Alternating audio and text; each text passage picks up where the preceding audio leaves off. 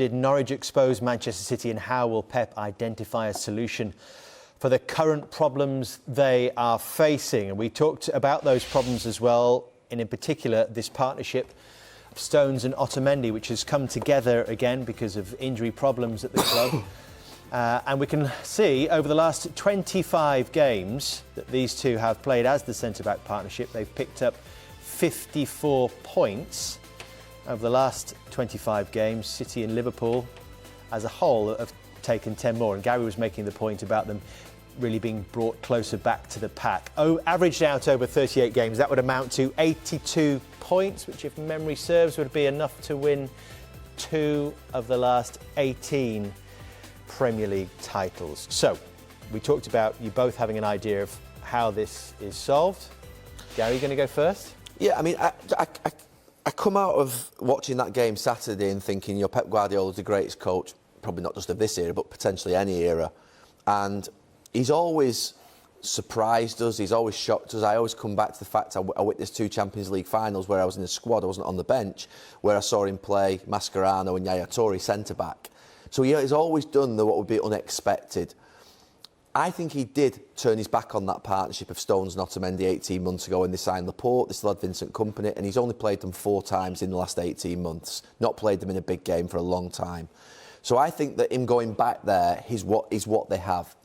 However, Pep Guardiola just doesn't accept what he has. He always tries to come up with innovative things.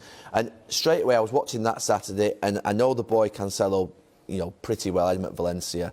And I'm just going to, for the sake of it, take out David Silva. And I just think that he won't do this because Pep Guardiola will never do what we expect. But if you think about, he has played a back 5 before. And if you think about that, and he could bring easily De Bruyne in. If we brought De Bruyne, I'll get this to work this time. And you think about that, and I'm not sure if he's ever played that system before, but I can see that Pep Guardiola is not just going to sit back over the next 3 months. I think he'll give them another chance or 2, Otamendi and Stones, but I think already in the back of his mind he'll be thinking, I need a plan B here. I need something to go to which will give us domination of the ball and possession, which is his first and foremost thing, and defensive stability, and also the things that he looks for, which is obviously, you know, goals and winning games. But Cancelo has not played a game yet, really, in essence. Zinchenko is suited to left wing back. Cancelo can play right wing back perfectly.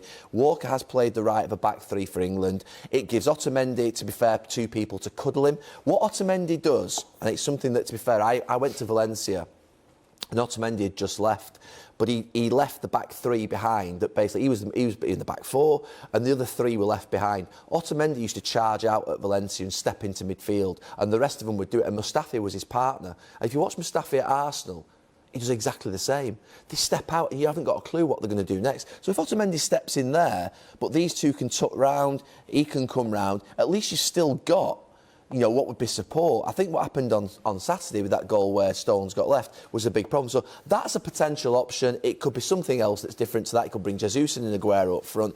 But at the moment, I think he'll be thinking about a plan B. So what Gary's saying is, if you don't have a big brother, you could send 3 little brothers to the shops.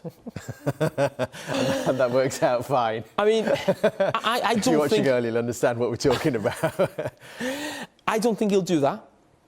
I don't think Pep Guardiola is a 3 at the back man with wing backs. I think he has done that at Barcelona, where he actually does something where it's like the 3-4-3, the real Dutch way of... So he still has his front 3, if you like, and he plays like a diamond in midfield. So maybe you could argue that back 3 get more exposed, and maybe even a back 4.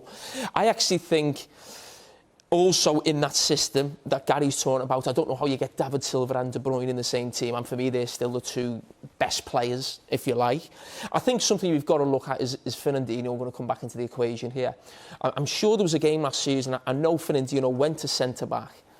I think John Stones was still on the bench, if I remember rightly. John Stones was still, and he'd done this thing of playing centre-back, and Fernandinho, yeah, well, Fernandinho's here. So actually, maybe a little bit more like that. So going to his, you know, conventional thing.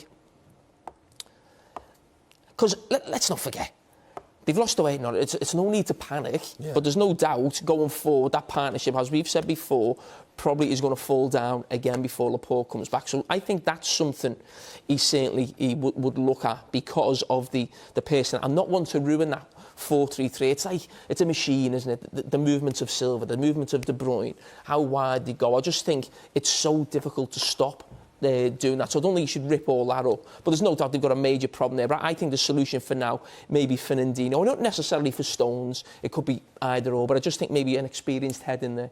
He's not likely to play more defensive just to protect his back two. He's not likely just to all of a sudden go, OK, well, I'll stick 3 holding midfield players or 2 holding midfield players in front of my back two, like some clubs would.